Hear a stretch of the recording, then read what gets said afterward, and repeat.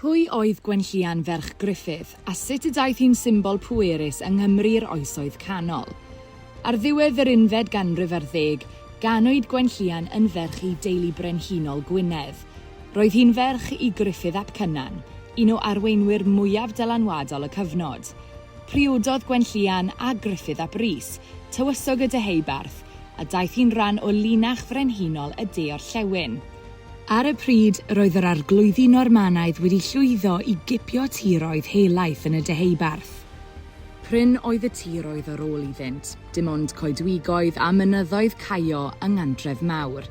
Yn 1136 yn ystod gwrthryfel ar Normaniaid, teithiodd Gruffudd ap Rhys i'r gogledd i geisio cymorth gan adael Gwenllian gartref gyda'i plant. Dechreuodd Maurice de Londres, arglwydd Normanaidd Cydweli, gasglu ei luoedd ynghyd i sefydlu ei reolaeth dros y ranbarth. Yn hytrach nag aros i'w gwrdd y chwelyd, aeth Gwenllian ati i arwain byddin yn erbyn y Normaniaid, cam anghyffredin mewn cyfnod pan nad oedd menywod yn aml ar faes y gad. Yn anffodus, collwyd y frwydr. Cafodd Gwenllian ei chipio a'i lladd ger y castell, mewn man sy'n cael ei hadnabod heddiw fel Maes Gwenllian.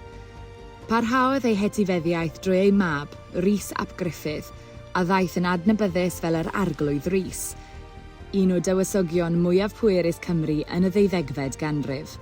Rhyw 20 mlynedd yn ddiweddarach, cipiodd a llosgodd nifer o gestyll Normanaidd, gan gynnwys Cydweli yn ôl y sôn, gan adfywio cryfder y deheubarth.